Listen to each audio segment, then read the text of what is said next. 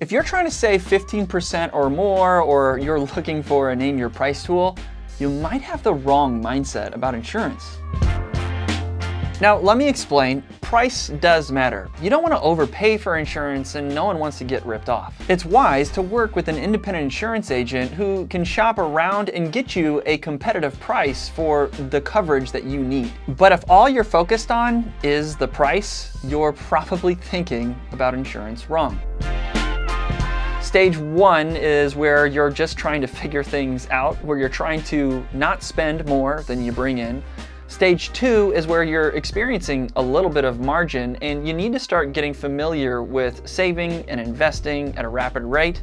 And stage 3 is where you have wealth built and you need to make sure that you're doing the proper things to protect it and make the biggest impact. You can see our other videos for that on details, but I'm going to talk to you about how people that are in stage 3, wealthy people, how they think about insurance and how you need to start thinking about insurance when you're in stage 2. Again, I get it. Price is important. And if you're in stage 1 where your expenses are more than your income, yeah, do all you can to try to save every penny you can on anything you can, including insurance. But here's the reality when you're in stage 2 and in stage 3. When you have wealth that you've built and you now have margin between your income and your expenses, you have things that need to be insured. And if an accident or something happens, even if it's not your fault, you don't want that to take from the margin that you have in your income and expenses or the wealth that you've built.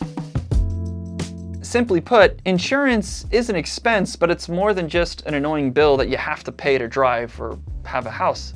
You need to make sure that you have enough coverage because in stage 2 and in stage 3, you have something to lose. So wealthy people don't see insurance as an expense. They see it as a layer of protection, and they see it as a tool that allows them to go build more wealth.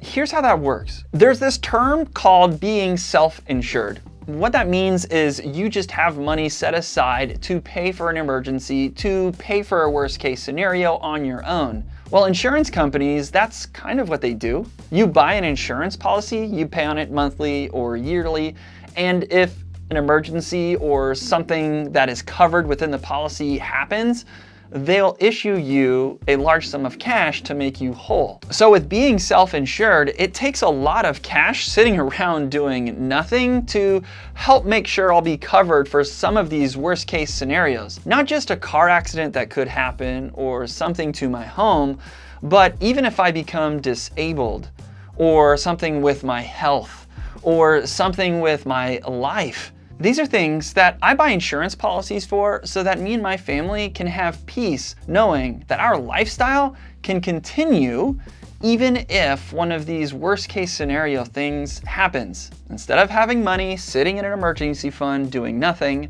I buy an insurance policy to protect me. And now I can take that excess cash that I have and go invest it to continue in my wealth building journey. So in the mind of a wealthy person, insurance isn't an annoying bill or expense.